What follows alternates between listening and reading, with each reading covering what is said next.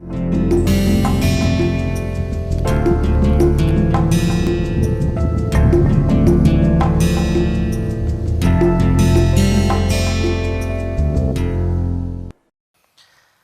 hello everyone. Welcome back to my course on developing soft skills and personality. I am Ravichandran from IIT Kanpur. This is part of the NPTEL MOOC project on giving courses to all students. Now, in this week, I started with discussing with you about conflict and then suggesting that you should be developing conflict resolution skills despite whatever personality development you might have attempted so far in terms of developing your potentialities, developing your attitude towards excellent and all that. Now, in this lecture particularly, I will try to focus on some interpersonal conflicts and then rather I will challenge you to work on some of the examples that I am going to give you. Before I start, let us take a quick recapture of what I did in the previous lecture, quick highlights on what we did before. I introduced to you about various definitions which are available for conflicts, but by and large conflicts are about disagreements, struggles, fights which are part of the normal life. You can be a very destructive person in terms of conflict resolution. You can also use constructive ways of resolving conflicts, but much depends on what you say and what you do not say when there is a conflict. Are you the person who is creating conflict and then trying to escalate it knowingly, unknowingly, or are you part of the person who is trying to solve the conflicts and who is trying to eliminate it as much as possible?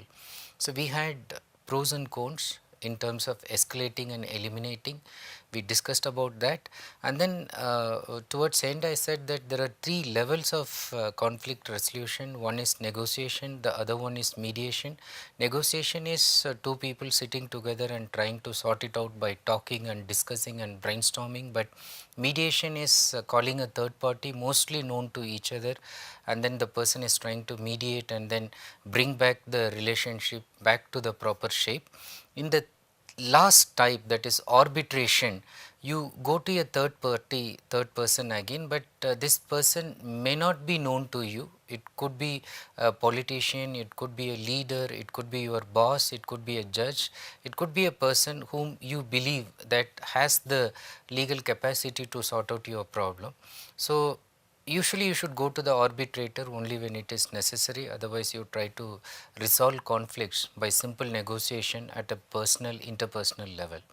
Now, while resolving, I keep telling you that focus on win-win attitude and try to sort it out with win-win solution. Only then there will be peace and harmony if the conflict is solved in a very favorable manner to all parties concerned. Now, let me ask you another question. How was your day? How was your yesterday? And how did day began today also? How was it? Was it going without any conflicts? Did you start observing that there have been conflicts and then you are trying to sort it out? Or did you wish for a day that should not be without any conflicts? I would like to tell you that if you ever wish that your life should be without any struggles, life should not have any conflicts, I tell you that it will be a very boring life. You would not like to live a life that is without any conflicts. All you should need is conflict resolution skills. I tell you why life will be very boring. I give you this situation. When you go for a movie, why do you go for a movie? Why is a movie becoming a blockbuster? Look at a movie situation. A very handsome boy meets a beautiful girl. The boy is intelligent, smart, and then he has a job at hand, and the girl is also equally intelligent and smart. So they fall in love with each other. They tell the parents, and then the parents are also belonging to the same community. They speak the same language, so they like each other, and then they meet each other, and then they finalize the marriage, and then they get married. They have children in time, and the children are also growing up. They are also smart, they are also happy, and then all of them are living happily ever after. Will you pay 200 rupees ticket to watch a movie like this? No. you will never do this, because when you go, you want to see what life in reality is going to give you. You want to have the boy, maybe he is handsome but the girl is not beautiful, conflict starts, or the girl is beautiful and intelligent, the boy is not that smart, conflict begins again. Now the boy and girl, somehow initially they didn't like each other, instead of the other situation where they meet and then they immediately fell in love with each other, they start quarreling, they dislike, and then there is a situation where it changes. That was another kind of conflict in which they learnt each other. Now they bring this to the parents. Now the parents realize that they are of different religion. Conflict begins again.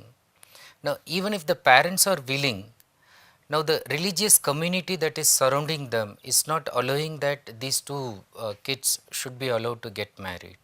Now conflict continues. Now one parent goes and talks to the other parent doesn't agree. Okay, conflict will continue. Now other than religion, there are problems with regard to caste, for example, different caste. Both parents are not agreeing because of this issue. Now, even if they agree, there is a society that is not going to accept it. Now, how the protagonist, the hero or the heroine or the parents will resolve the conflicts and then bring the movie to climax where a major conflict is there and then it is resolved, and then you leave at peace the theater and then you are willing to pay your 200 rupees to watch that movie, and the movie becomes a blockbuster depending on the way the conflict is resolved. So if you look at from this perspective, you will realize that it's like you want to know how to resolve conflicts by seeing fictitious things, and then that's the reason why you want to go to theater, that's the reason why you want to listen to stories, that's the reason why you are even involved in gossips, how somebody is handling his or her life. Okay, and it's a very conflicting situation, but how is this fellow doing? You want to know all these things. So in short, I just want to tell you that if you pray for a life without conflicts, you should understand that life will be very dull, very boring, very monotonous. If you want a very challenging, inspiring life, you need conflicts, but you need very good resolution skills, especially in terms of having a win-win attitude and solving it in a very favorable manner to all the parties which are involved in it. Now, if you want to do that, in the previous lecture I said that you should be able to look at both sides. Let us say that there are two people and then you should be able to look at both sides. But look at the picture, look at both of the picture for a second. Now, in the first picture there is a square, small square. Now, where do you see this small square? Is this square on the right side bottom of the back side, or it's on the left side top of the front side? There are two sides, but there is a possibility that you may not see this square at all. You can also see this as just a big square, not the small one, and then there are just four sides, and then you may think that it's just an illusion. Now, that is the issue. If you look at only one, you obviously miss the other. Not just the other, you also miss the possibility of looking at it from a third angle. Now, in a conflict, you need to understand this, that it's not always one person who is telling you the truth. The other person is also equally telling you some other truth, but then the truth may actually not lying with these two persons, it may be somewhere lying outside these two.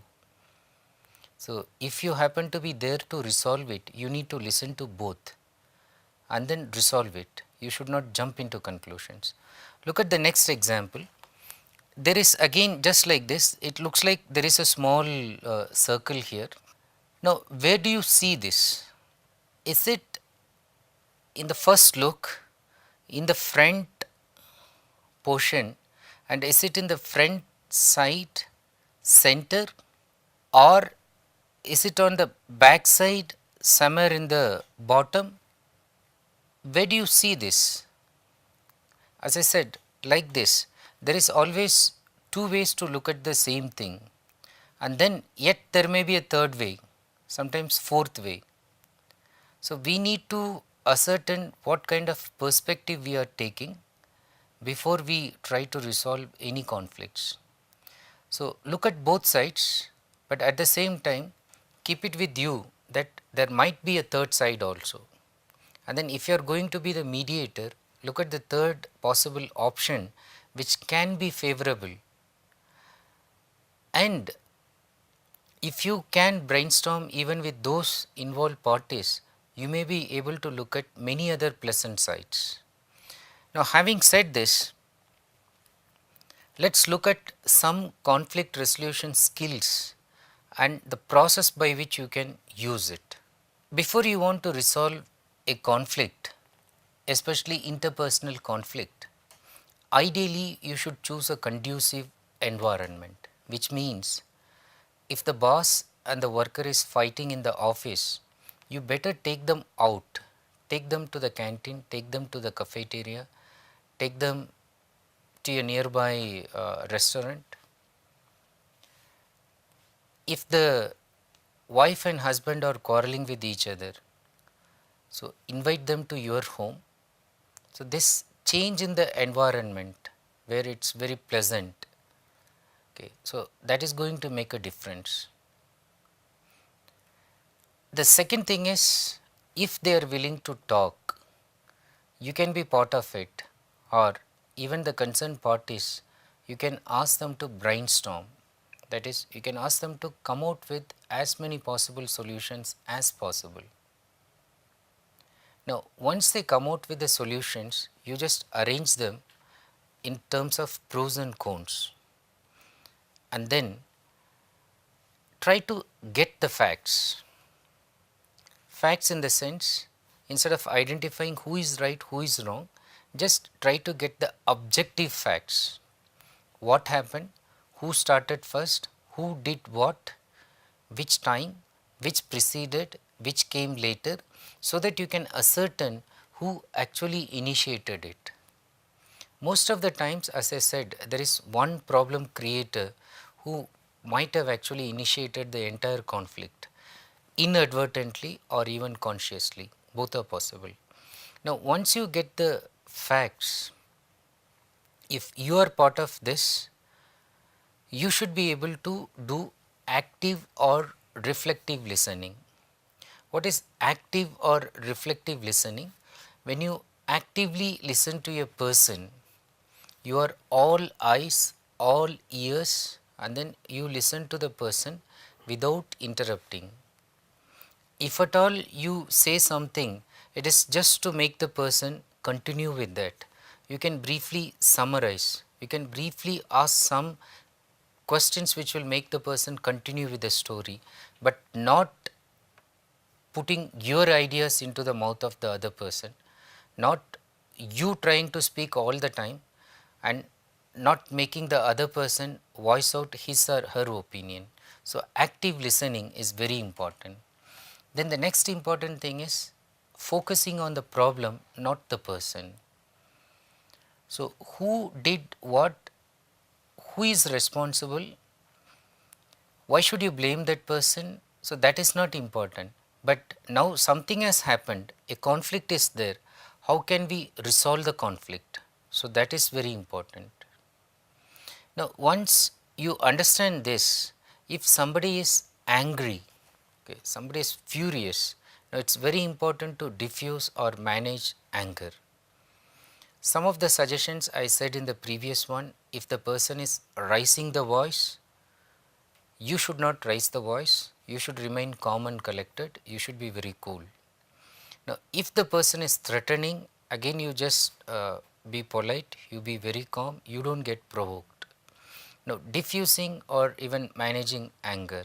The other ways you can diffuse is, like the person is coming from the outside and then he heard of something that you said about this person, he is so angry and then he comes and shouts at you and then how dare you do all these things. So, you can politely say, would you mind sitting, and then I'll order some coffee or I'll get some cool drink for you. And then if you can actually convince the person is obviously going to say no, no, no, I am not here for having a tea or a cool drink. But then if you can tell him that at least you can have some cold water, I'll get it for you, please have it.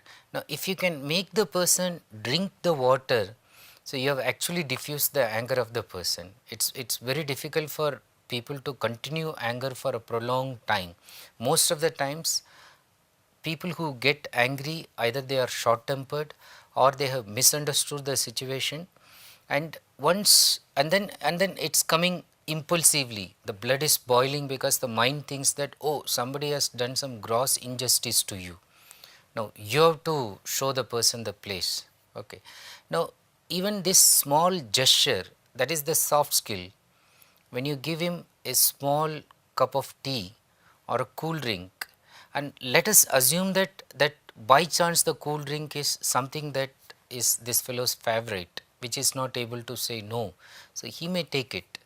Or even water, cool water, nobody can say no to it. So the person takes it, drinks it, actually it will calm down the nerves of the person. It's one method of diffusing.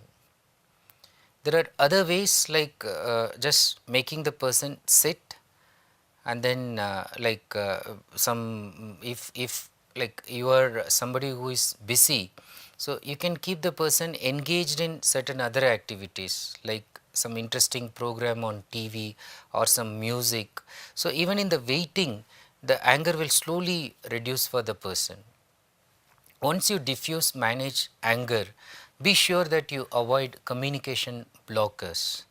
So communication blockers, we'll talk more about it later, but right now you should know that people who say, oh, you always do this, you have never done this, exhibiting that they have a rigidity of thinking, and then if somebody says something, no, no, no, you cannot say like this, interrupting, and then trying to snub the person. So these are all communication blockers.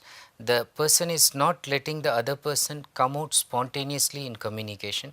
Take note of it. If that is the situation, you can say, please allow the other person to talk, and your turn will come, and I will allow you to speak fully. I will listen to you. Please let the person finish it. And if the person is blaming you, say that do not blame now, so I will listen to you. If he's really done something wrong, I am there to help you. Okay, believe in me. Now the next one is empathy skills. Go back to the first few lessons that we discussed, where I mentioned about Stephen Covey's beginning with the end in mind. He also talks about the other example which I mentioned in the next lecture, that you try to first understand the other person before you say the other person is not understood you. Seek first to understand before you say that the other person has not understood you. So seeking first to understand what makes the other person angry, putting yourself into the shoes of the other, experiencing how the person would be feeling. Feeling into, empathy actually means feeling into the other person and getting what he's actually feeling at that moment. If you can do that, if you can empathize, so that again is going to reduce the conflict. There is also this thing that you can do, that is cognitive restructuring. Cognition simply means the psychological result of perception and learning and reasoning. Cognitive restructuring is, like I showed you in the previous picture, that for the same problem there could be 2 solutions, 3 solutions, and you can look at the same thing from different perspectives. Now you try to reconstruct the entire thing through the perception, and then correcting the perception, and then learning something from the corrected perception, and then applying your logic and reasoning to make both people believe that both of them are wrong, or somebody is wrong up to some extent, that is why the person got angry, but the other person did not mean that. So if you can restructure the entire thing, again you can reduce the conflict. and then finally negotiating outcomes. So at the end of it, okay, now you don't do like this, so now you will be getting this, but you also don't feel that you are losing this, you will also get this. At the end of it, you should be able to choose a solution that works for everybody. That is the most important one. That's the reason why I say that you should have this win-win attitude and always aspire for win-win situation. Now let's look at two examples, and I am not going to give the solutions now. I just want you to think about it. I am just going to put the conflict. Think about the conflict, and in the next lecture I am going to discuss about this and then give you the solutions. But I am not going to tell you now, but and I am not under the impression that I am the one who will be able to give you the best conflict resolution solution. I believe that you may even come out of with better solutions than me.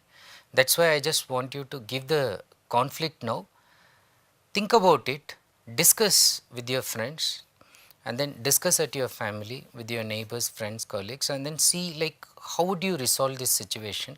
And this is a common scenario nowadays in interpersonal relations. Let us look at this. Shilpa and Kishore loved each other for 3 years. They waited till Kishore got a good job and got married despite the opposition from both the families. So the conflict was there before. So they waited for him to become financially independent.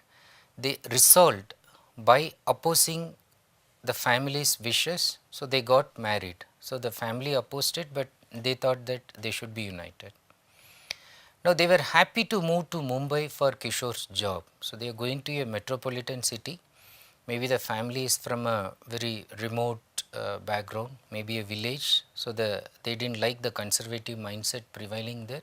So they left it. They were happy to move to Mumbai for Kishore's job. But after 1 year of marriage, Kishore has become uncommunicative. 1 year is just over, but slowly he has stopped talking to her.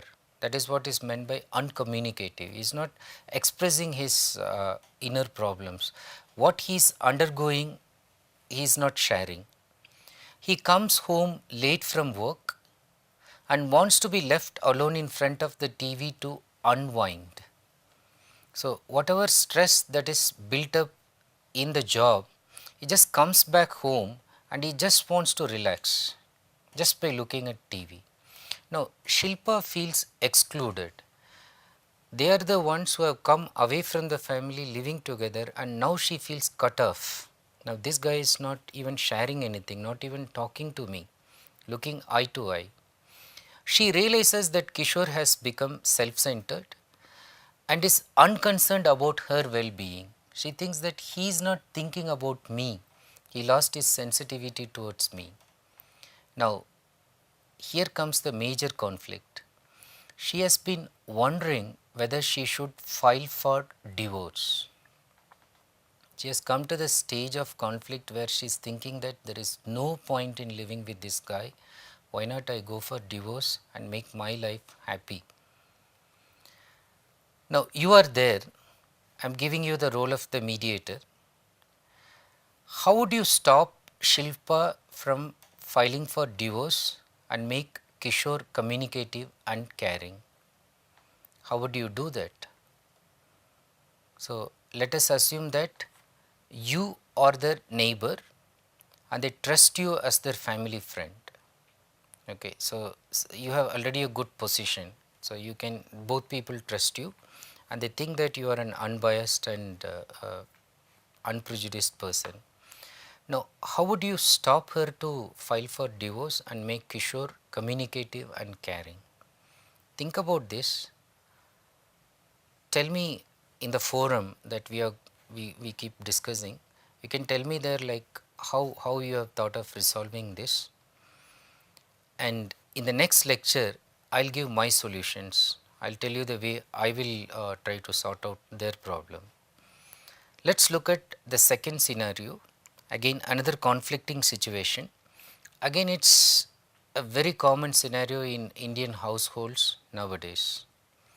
This is the conversation between son and father. Son says, "Dad, you promised me to take me for a foreign trip this summer." Father, "Yes, I did, if you get 10 point CPI." So those who don't know, like in most of the systems like IIT, 10 point is like getting 100 out of 100, full marks. Son says, "I have got 9.6, that's close enough." So again, like 9.6 is like 96 marks. Now father says, "But it doesn't make it 10, kid." Son says, "You're so mean, dad." Father says, "So mean to your loser." Loser, he means that you lost it. So if you say I'm mean, so I'm mean to you. And look at Aditya, he has secured 10 point throughout. Son, but his dad loves him always and supports him. "You hate me, dad. You love only your daughter, not me." Now father says, "That's unfair. After all I have done for you. I used all my savings to pay the fees for your college. You ungrateful dog." In his anger, he slaps him. Now the son starts crying, and in crying, sobbing, he tells, "You will never understand me, dad. Never. I hate you. I'm leaving home right now." Now, here you have an interesting role to play. Now, you're the mother to the son, and that is obviously like your wife to the husband. So, you again, you are in a very lovable position, and both would trust you, listen to you. How would you stop him, the son particularly, and make both the father and the son understand each other? How would you do that?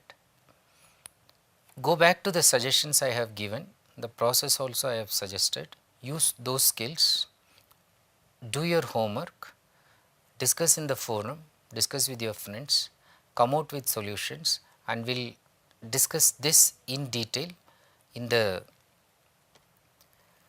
next lecture. Now, before I conclude, as I was telling you, try to arrive at win-win solution, and if it has to be a win-win solution, remember, if you are able to provide win-win solution, at the end of it, there is an intense feeling of mutual respect, and love grows deeper with every conflict resolved. People get back closer, people become more intense and more compassionate with each other. Now, in both cases, one is leading to divorce, in the other one, the son is leaving the home. It's a very conflicting, hateful situation. You need to resolve it with win-win solution. I hope you are able to find out good solution. Think about it and see you in the next lecture. Thank you.